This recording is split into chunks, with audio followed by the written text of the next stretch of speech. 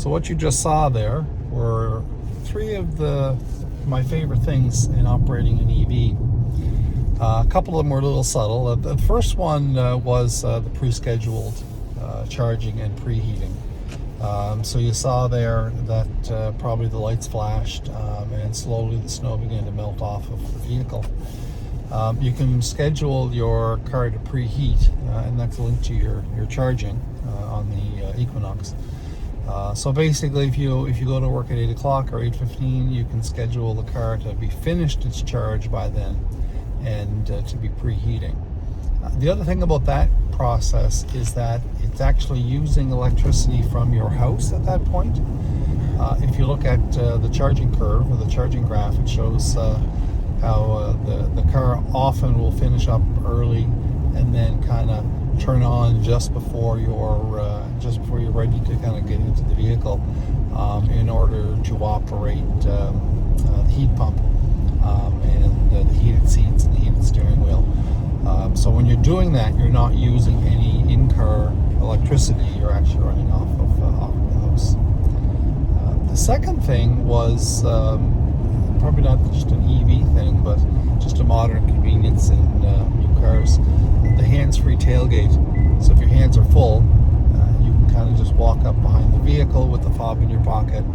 If you linger there for 4 seconds, the car beeps and opens the tailgate, so you can easily put things in. It's really handy when you're shopping and you get your hands full coming out of the store. And the last one was just the EV charging process itself, and not only how quick it is, but how inexpensive it is. So you saw my routine for basically unplugging the car and getting into it. Cost me normally, if I did this every night, it would be like $2 a night, $1.80 a night, just sort of replacing the electricity that I used through the previous day.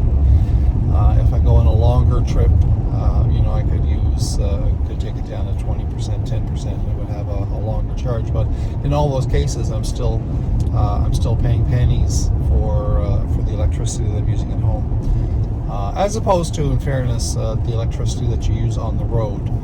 If you take a long trip, you can't run back home to charge if you're in Truro. So basically, you're using the commercial fast chargers, which can range anywhere from, say, 30 to 69 cents, depending on the power and the speed that they have. So overall, that process of unplugging in the morning is far superior to having to go to a gas station and really take 10, 15, 20 minutes by the time you do the entire process of driving downtown or driving to get gas or coming off your routine, going through the gassing process, paying for it, and then getting back on the road or getting home.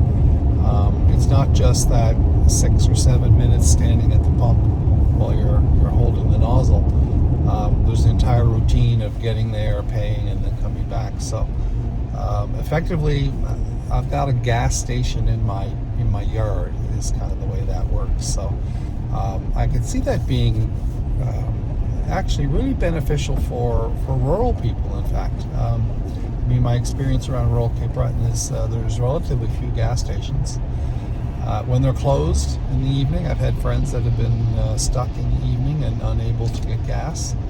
And when they're closed, and there's only one for 100 miles. So charging at home is a real bonus, really inexpensive, and it's definitely one of probably my number one item that I like about having an EV.